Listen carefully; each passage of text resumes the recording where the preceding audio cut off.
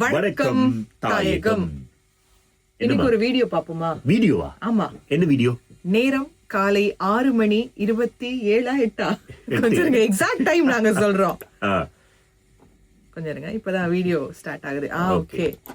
நேரம் காலை 6:27 58 இடம் பேட்டா புதிய பஸ் தரிப்பு நிலையம். சரி, இப்ப நாங்க இந்த வீடியோ பார்ப்போம்.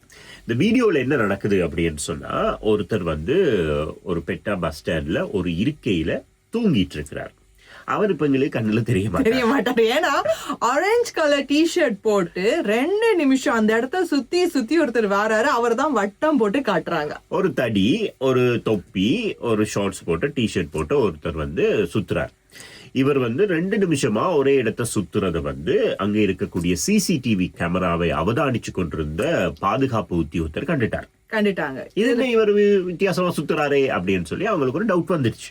ஆனா சுத்திட்டு இருந்தவருக்கு தெரியாது நம்ம எங்க போறோம் என்ன வரோம் அப்படிங்கறது ஃபுல் போக்கஸ்ட் ஆகுது அப்படின்னு, எல்லாமே ரெக்கார்ட் ஆகுது அப்படிங்கறது அவரும் கவனிக்கல போல இருக்கு. இந்த வீடியோ ஃபுட்டேஜ் பத்தி தான் நம்ம பேசி ஆகணும்னா, பெட்டா பஸ் ஸ்டாண்ட்ல விடிய காலையில 6:30 பாத்தீங்கன்னா ஒருத்தர் அசந்து தூங்கிட்டு இருக்காரு. அவருக்கு பக்கத்துல ஒரு பேக் இருக்குது அப்படிங்கறத இந்த ஆரஞ்சு கலர் டிஷர்ட் போட்டவர் நோட் பண்ணிட்டாரு.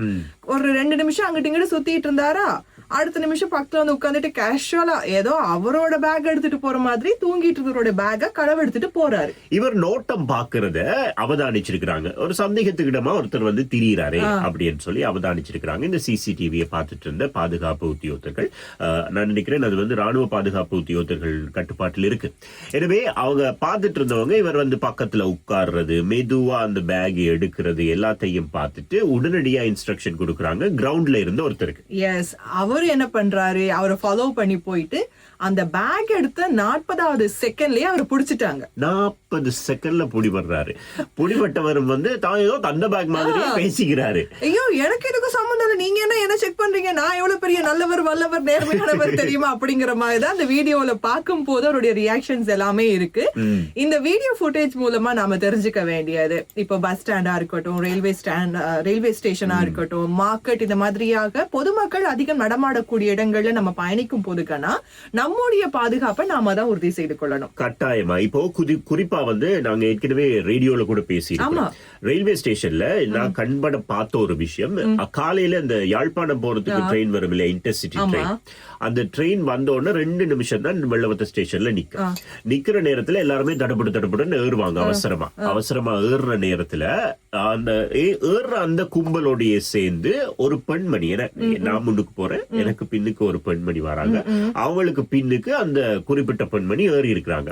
ஏறி எனக்கு பின்னுக்கு வந்த பெண் திடீர்னு ஐயோ ஐயோ ஐயோன்னு கத்தினாங்க. அவரை பயந்து போயிட்டேன். திரும்பி பார்த்தா அவங்க ஹேண்ட்பேக் போட்டிருக்காங்க. அந்த ஹேண்ட்பேக் அவங்க இழுத்திருக்கிறாங்க.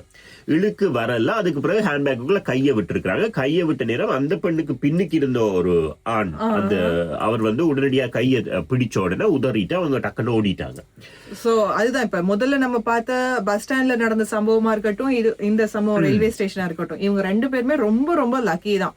எந்த விதமான ஆபத்தும் இல்லாம சேஃபா வந்துட்டாங்க. ஆனா எனக்கு தெரிஞ்ச ஒருத்தவங்க, அவங்க ஒரு வைஸ் பிரின்சிபலா இருக்கிறவங்க, மட்டக்களப்புக்கு ட்ரெயின்ல போறதுக்கு இருக்கும் போது ட்ரெயின் புறப்படுற அந்த டைம்ல பாத்தீங்கன்னா அட் அ டைம்லயே ஜன்னலுக்கு பக்கத்துல தான் உட்கார்ந்து இருக்காங்க. வெளியில இருந்து இவங்க செயினை பறிக்க பாத்திருக்காங்க. அந்த டைம்ல இந்த பக்கம் இருந்து போனை பறிக்கிறதுக்கு பாத்திருக்காங்க. அந்த டைம்ல தப்பிச்சு அவங்க கொஞ்சம் தூரம் போனதுக்கு பிறகு அவங்க தூங்கிட்டாங்க. முழிச்சு பார்க்கும் போது அவங்க பர்ஸ், போன் எல்லாமே தொலைஞ்சு போச்சு. அச்சோ, இந்த மாதிரியான விஷயங்கள் நிறையவே நடக்குது. அதனால சொல்ற விஷயம் என்ன அப்படின்னு சொன்னா, பொதுமக்கள் கூடுகிற இடத்துல நாங்க எங்களுக்கு என்னதான் தூக்கம் வந்தாலும் சரி, பேக் எப்படி வச்சுட்டு படுக்காம பேக்கை கட்டி பிடிச்சுக்கிட்டு படுக்கலாம். சில வேளைகள்ல சில பேர் எங்க அப்பா எல்லாம் பஸ்ல போகும்போது ஃபைல இப்படி வச்சுக்குவாராம். என்ன கைய வைக்க கூடாது, இப்படி விட்டு எடுப்பாங்கல்ல, அந்த மாதிரி இருக்க கூடாதுன்னு இருக்கேன். இந்த மாதிரி சின்ன சின்ன டெக்னிக்ஸ் நீங்க யூஸ் பண்ணிக்கொள்ளலாம். முடிஞ்ச அளவுக்கு டிராவல் பண்ற டைம்ல தூக்கத்தை தவிர்க்கிறது நல்லது. ஏன்னா நமக்கே அறியாம தூக்கம் போயிடுச்சுன்னு வைங்களேன், நம்மளோட அந்த இறுக்கமா பிடிச்சிட்டு இருக்கிறது எல்லாமே அந்த கண்ட்ரோல் இருக்காது, என்ன ஆகுதுன்னு தெரியாது.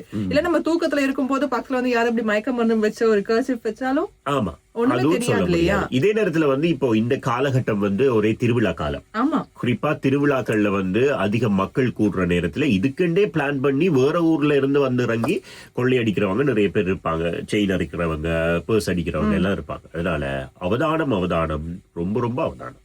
சோ இந்த வீடியோ யாரு ரொம்ப அவதானமா இருக்கணும்னு நினைக்கிறீங்களோ அவங்களுக்கு மறக்காம ஷேர் பண்ணிடுங்க. இது மாதிரி ஏதாவது உங்களுக்கு பர்சனலா நடந்திருந்தா அதையும் கமெண்ட்ல சொல்லுங்க. சரி, ஓகே. எனவே ஒவ்வொரு நாளும் காலையில வணக்கம் தாயகம் கேளுங்க 6 மணில இருந்து 10 மணி வரைக்கும் உங்கள் சக்தி எஃப்எம்ல www.shaktifm.com மூலமாக. அதே மாதிரி நாங்கள் உங்களை சந்தோஷப்படுத்துறதுக்காக நல்லூருக்கு வரோம். எஸ், இந்த வருஷம் நல்லூர் திருவிழாவை பொறுத்த வரைக்கும் இனிலன்னு பிரம்மாண்டமா இருக்க போகுது. கந்தன் திருக்கூடம் யாழ்ப்பாணத்துல மட்டும் இல்ல, தமிழ் பேசக்கூடிய நாம யாருமே இதுவரைக்கும் தமிழ்ல கேட்காத, பார்க்காத, ரசிக்காத ஒரு விஷயத்தை யாழ்ப்பாணத்துல பார்த்து வியந்து ரசிக்க போறோம். அதனால செப்டம்பர் 5ஆம் தேதியிலிருந்து 9ஆம் தேதி வரைக்கும் சக்தி எஃப்எம் ஓடு நல்லூர்ல வந்து இணைந்து கொள்ளுங்க. புதிய ஒரு விஷயத்தை நாங்க எல்லாருமா சேர்ந்து அனுபவிக்கலாம்.